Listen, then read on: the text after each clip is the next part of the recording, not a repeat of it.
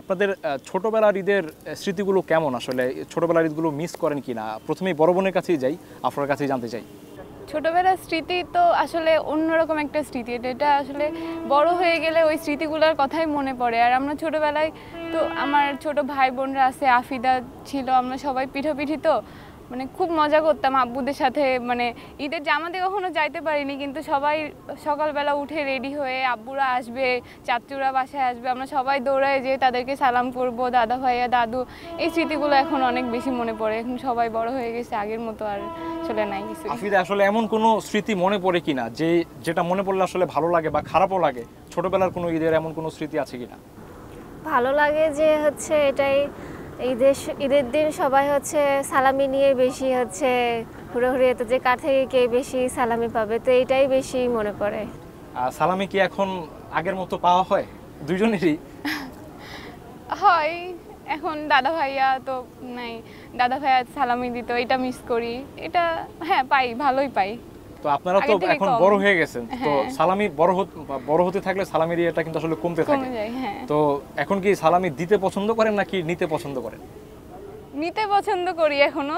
আবার ছোট বোনরা বলে, বড় আপু তুমি তো এখন সবার বড়, তুমি হচ্ছে আগে সালামি দিবা, তুমি কেন সালামি দাও না, আগে দাও আমাদেরকে। এখন ওদেরকেও দেওয়া লাগে। ফিদার কাছে জানতে চাওয়া যে ফ্যামিলি ছাড়া, বোনকে ছাড়া ঈদ করেছেন, অবশ্যই খারাপ লাগার ব্যাপার, কিন্তু টিমমেটদের সাথে যে ঈদের সময়টা ছিল সেখানে কোনো মজার ঘটনা বা সেখানেও আসলে ভালো লাগার কিছু আছে কিনা? আমরা যখন ক্যাম্পে ঈদ করি তখন হচ্ছে কিরণ ম্যাডাম আসে আমাদের সাথে দেখা করতে, তারপর বাবু স্যার ওনারা আসে। ওনারা যখন আসে তখন ভালোই লাগে, বাবু স্যার এসে সালামি দেয়, কিরণ ম্যাডাম সালামি দেন।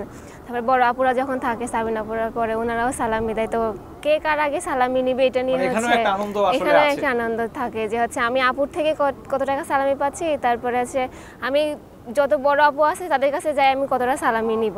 যখন আমরা ছোট ছিলাম আমাদের প্রত্যেকের বাবা মাই আমাদেরকে ঈদের শপিং করে দিত, খুব সুন্দর একটা সময় ছিল। এখন তো আপনারা বড় হয়েছেন, আপনারা দুজনই এখন উপার্জন করেন, তো এখন কি আসলে ঈদের যে মিনিংসটা সেটা আসলে পরিবর্তন হয়েছে কিনা? যে আমরা দেখি যে সন্তান বড় হলে বাবা মাকে শপিং করে দেয়, এখন কি আপনাদের মধ্যে কি আসলে সেটা হয় কিনা? দুজনের মধ্যে কি এরকম আছে কিনা? আসলে আগে আব্বুর সাথে করে যে আব্বুই মার্কেট করে দিত, এখন আমরাও হচ্ছে ঈদের সময় দেরিতে করে বাসায় যাই, তো আমরা নিজেরাই হচ্ছে নিজেদেরটা কিনে নেওয়াটা মানে প্রেফার করি এখন। যে হ্যাঁ ঠিক আছে, আমরা তো আমাদেরও একটা পছন্দ আছে, আমরা কিনে নিয়ে আব্বুকে দেখাই, আব্বু এটা পছন্দ করছে। আবার এবার যেমন হচ্ছে আব্বুকে সাথে নিয়ে আমরা আগের বারের মতোই হয়েছে, যে ছোটোবেলা যেরকম আব্বুকে নিয়ে মার্কেটে যে ঘুরতাম কিনতাম, এবার সেম এটাই হয়েছে। বাট প্রান্তি ছিল না, আমি আম্মু আর আব্বু যেয়ে মার্কেট করছি।